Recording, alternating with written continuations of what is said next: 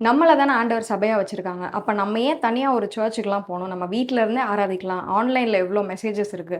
அதையே கேட்கலாம் அப்படின்னு சொல்லி ஒரு வேள நீங்க நெனைப்பீங்கன்னா, ஆண்டவர் சபை கூடுதல பக்தி விருத்திக்கு ஏதுவாக குடுத்துருக்காங்க. ஒருத்தர் நடக்கிறதுக்கும், 2 பேர் சேர்ந்து நடக்கிறதுக்கும் நெறைய டிஃபரன்ஸ் இருக்கு.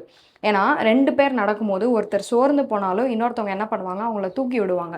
அப்போ நீங்க தனியா இருக்கிற பட்சத்துல, உங்களுக்கு ஒரு சோதனை காலம் வரும்போது என்ன பண்ணன்னு தெரியாதபோது, உங்க கூட இருக்கிறவங்க கர்த்தர குறிச்சு சொல்லி உங்கள உற்சாகப்படுத்தணும். அப்போ அதுக்கு நமக்கு ஒரு ஃபெல்லோஷிப் தேவை. அந்த ஃபெல்லோஷிப்ப குடுக்குறது தான் சபை, சர்ச்சு. அப்போ நம்ம ஆலயம் தான். நமக்குள்ள ஆவியானவர் வாசம் பண்ணுகிறார் தான். ஆனா நம்ம இன்னும் அதிகமா வளர்றதுக்கு, நம்ம இந்த மாரி சர்ச்சுக்கு போய் ஆண்டவருடைய வார்த்தைய கேட்டு நம்ம சபையில வளருகிறது நமக்கு முக்கியமா இருக்கு. நீங்க நெனைக்கலாம், எந்த சபை இன்னைக்கு ஒழுங்கா இருக்கு? பாலிடிக்ஸ் இருக்கு, அது இருக்கு, இது இருக்கு நெறைய சொல்லலாம். ஏங்க 4 பேர் இருக்கிற வீட்ல அவ்ளோ பிரச்சனை இருக்கு. 400 பேர் இருக்கீங்க. பிரச்சனை வராம இருக்குமா? அதெல்லாம் இருக்கும் தான்.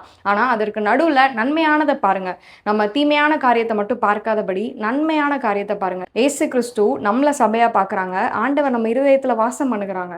ஆனா ஆண்டவர் நம்மகிட்ட தீமைய மட்டும் பார்த்திருந்தா, நம்மகிட்ட ஆண்டவர் வந்து வாசம் பண்ணுவாரா? இல்ல. அப்ப ஆண்டவர் நன்மைய பார்க்கும்போது, ஒரு தேவ பிள்ளையும் நன்மையான காரியத்த பாருங்க. ஏதாவது ஒரு நல்ல காரியம் இருக்குல்ல, அத பாருங்க உங்க சபையில. அத பார்த்து, நீங்க அந்த இடத்துல இருந்து, உங்க சபைய எப்படி நல்ல காரியத்துக்கு கொண்டு வரலாம், ஏசப்பாக்குள்ள கொண்டு வரலாம்ன்னு சொல்லி, நீங்க அதற்காக ஜெபம் பண்ணுங்க.